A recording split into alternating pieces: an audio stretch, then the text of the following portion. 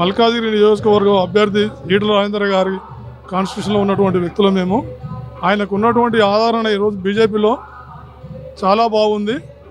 ఆయన చేసినటువంటి బీఆర్ఎస్లో ఉన్నప్పుడు మంత్రిగా ఉన్నప్పుడు కూడా ఆయన చేసినటువంటి మంచి పనులు చాలా అక్కడికి వచ్చిన ఎల్బీ నియోజకవర్గానికి.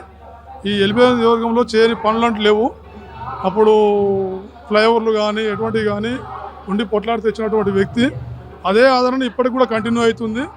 మరీ ఆదరణ ఏంటంటే మోడీ గారి వల్ల ఈరోజు ఉన్నటువంటి దేశ ఆదరణ మొత్తం, ప్రపంచ ఆదరణ మొత్తం కూడా ఈ కాన్స్టిట్యూషన్లో మల్కాజిగిరి నియోజకవర్గానికి అవసరపడుతుందని చెప్పేసి ఈటల రాజేందర్ గారి విజయానికి అవకాశాలు చాలా ఉన్నాయి. కాబట్టి దానికి పోటీ అంటూ ఏమీ లేదు.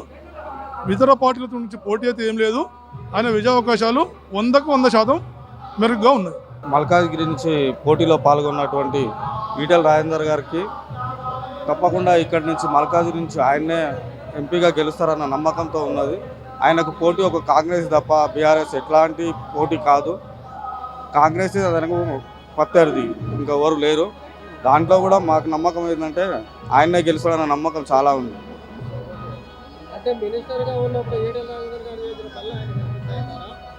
ఆయన మినిస్టర్గా ఉన్నప్పుడు కూడా చాలా మంచి పనులు చేసిండు. కాకపోతే అందులో ఇమడలేకపోయిండు. బీఆర్ఎస్లో ఆయన మంచితనం అక్కడ పనికి రాలేదు. ఉద్యమంలో కూడా చురుగ్గా పాల్గొన్నది అతనే. కానీ కేసీఆర్ పేరుకు మాత్రమే ఆయన నేను అని చెప్పుకుంటాడు, కానీ చాలా ఆయనే పేరుకు ఉద్యమంలో పాల్గొన్నది ఆయనే. అదైతే అందరికీ తెలిసిన విషయమే.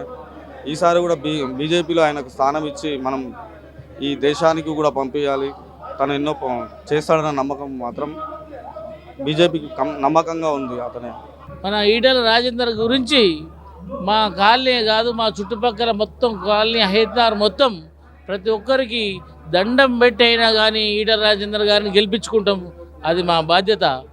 మరి నేను ఎవరెవరి దగ్గరికి అయితే పోయి ఓటు అడుగుతున్నానో వాళ్ళకి ఏ సమస్య వచ్చినా కానీ రాజేందర్ అన్న దగ్గరకు పోయి దండం పెట్టి అయినా కానీ వాళ్ళ పనులు చేయించే బాధ్యత నా మీద వేసుకుంటున్నా. నన్ను నమ్మండి, రాజేందర్ అన్నను బాగా మెజారిటీతో గెలిపించండి. ఆయన ఒక మహాశక్తిగా మనకు ఉన్నాడు. మనం భారతీయ జనతా పార్టీలో ఆయన చాలా మేధావి. మన నరేంద్ర మోడీ గారి నాయకత్వం వర్ధిల్లాలని చెప్పేసి అందరినీ కోరుతున్నాను. నమస్కారం. బీజేపీ అభ్యర్థిగా ఈటల రాజేందర్ గారిని నేను బలపరుస్తున్నాను.